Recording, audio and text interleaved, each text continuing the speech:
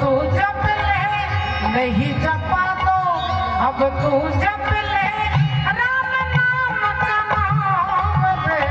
कण कण में राम, हर मन में राम, रोम रोम श्री राम रे। राम सुमिर ले, मुसलमान लगा ले लगा ले, बन जाए सब काम रे। कण कण में राम, हर मन में राम, कण कण में राम, हर मन में राम। भगवान ছুটতে ছুটতে এলেন, এসে যুধিষ্ঠির দাদাকে বলছে, যুধিষ্ঠির দাদা, ও দাদা, ও দাদা, বলো না দাদা, বলো না অশ্বত্থামা মারা গেছে, বলো না, বলো না দাদা, একটা বার বলো না অশ্বত্থামা মারা গেছে। যুধিষ্ঠির হাত জোড় করে ভগবানের দিকে তাকিয়ে বলছে, তুমি সর্বযজ্ঞের ঈশ্বর, অক্ষয় অব্যয় অবিনশ্বর, ব্রহ্মা বিষ্ণু মহেশ্বর, করে তোমার ধ্যান, কিন্তু কৃষ্ণ রে, আজকে তুমি চাইলেও আমার জিহ্বা দিয়ে মিথ্যে বেরোবে না। তুমি চাইলেও আমি মিথ্যে কথা বলতে পারবো না, আমার জিহ্বা দিয়ে মিথ্যে বেরোবে না। ভগবান বললেন, ও যুধিষ্ঠির দাদা, তুমি মিথ্যে কথা বলবে কেন? মিথ্যে কথা তো মহাপাপ, তুমি মিথ্যে বলবে কেন? আমি কি তোমাকে মিথ্যে কথা বলতে বলছি নাকি? তুমি বলবে অশ্বত্থামা হতবাণী, ইহা আমি সত্য জানি, ইতি গজ পড়ি গেল রণে। ইতি গজ, গজ মানে হাতি, আর হাতিটা মরে পড়ে আছে, যার নাম অশ্বত্থামা। এটা তো মিথ্যে কথা নয়। যুধিষ্ঠির দাদা দেখলেন, না এটা তো মিথ্যে নয়, এটা তো তাহলে বলা যেতে পারে।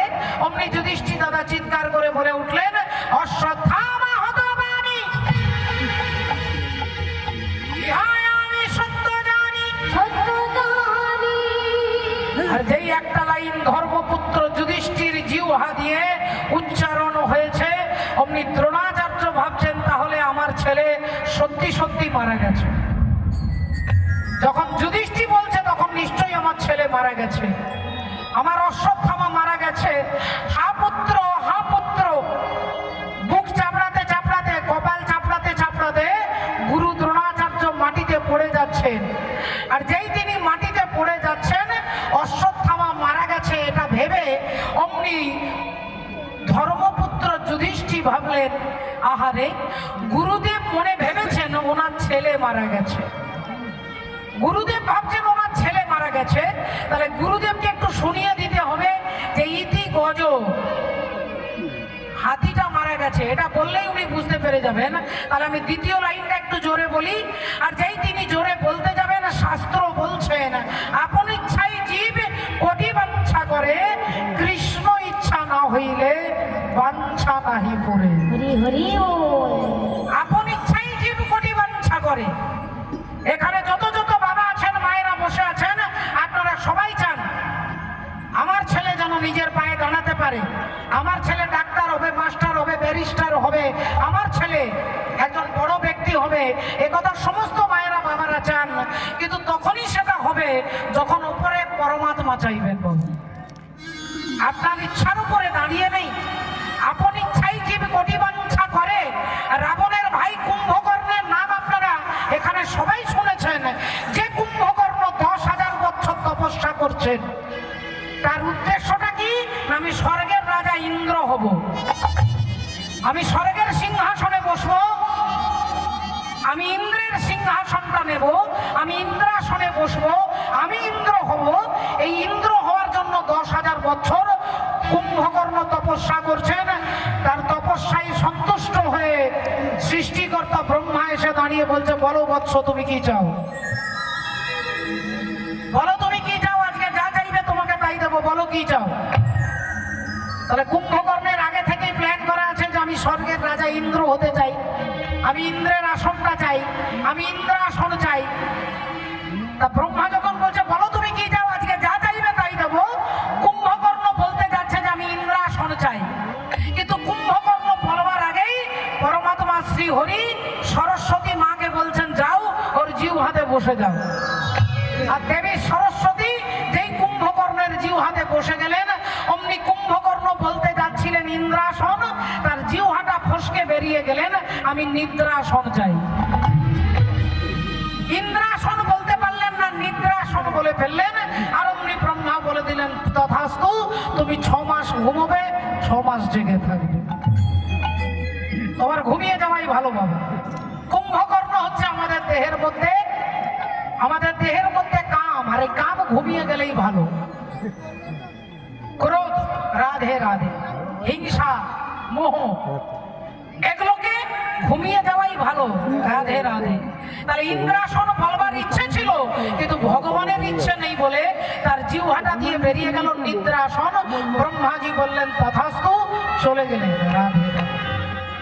তাহলে যুধিষ্ঠির ভেবেছিলেন আমি দ্বিতীয় লাইনটা জোরে বলবো, আর যেই তিনি জোরে বলতে যাবে তার আগেই ভগবান পাঞ্চজন্য শঙ্খটাকে জোরে বাজিয়ে দিয়েছে।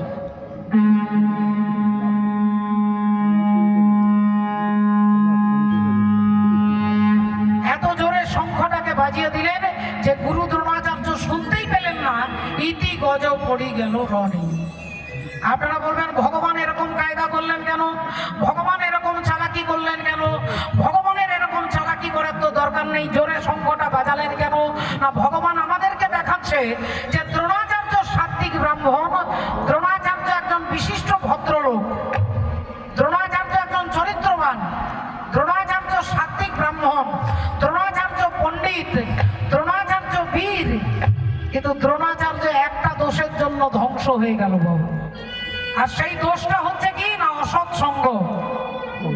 দ্রোণাচার্য কার পক্ষে ছিল বলে? দুর্যোধনের পক্ষে। দুর্যোধন হচ্ছে অসৎ ব্যক্তি, আর ওই অসৎ ব্যক্তির সঙ্গ করার জন্য ওই কুরুক্ষেত্রের মাঠে দ্রোণাচার্যের যেমন বিনাশ হয়ে গেল, ঠিক সেই রকম এই সংসার কুরুক্ষেত্রে তুমি মাস্টার হতে পারো, নেতা হতে পারো, মন্ত্রী হতে পারো, কীর্তনিয়া হতে পারো, তুমি যাই হও না কেন, এই সংসার কুরুক্ষেত্রে তুমি যদি অসৎ সঙ্গ করো তাহলে তোমার বিনাশ অবশ্যম্ভাবী হবে। এ দেহের পূর্ব পশ্চিম উত্তর দক্ষিণ, ও বলো কোনখানেতে বৃন্দাবন। আমি তত্ত্ব কথা শুনবো বলে মনে আকিঞ্চ।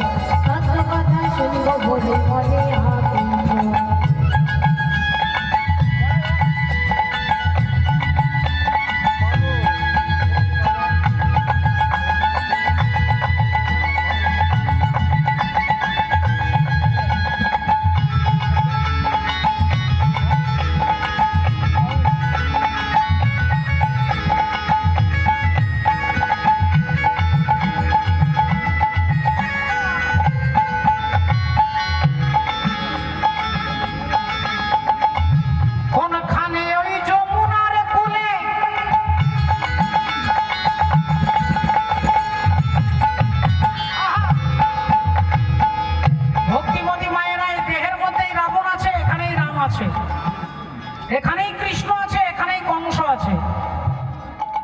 আপনি যাকে খুঁজবেন তিনি এই দেহের মধ্যে আছে। যা আছে ব্রহ্মাণ্ডে তা আছে দেহ ভাণ্ডে। আপনি কাকে খুঁজছেন এটাই সব থেকে বড় কথা।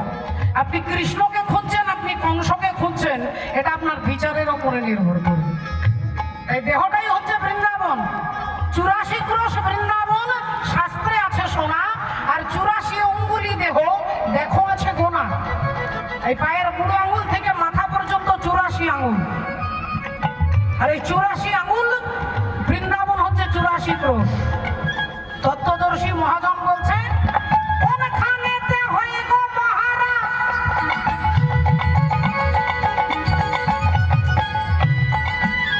আরে কোনখানেতে রাধা কৃষ্ণ সদা করে বাস, কোনখানেতে রাধা কৃষ্ণ সদা করে বাস, কোনখানেতে রাধা কৃষ্ণ সদা করে বাস।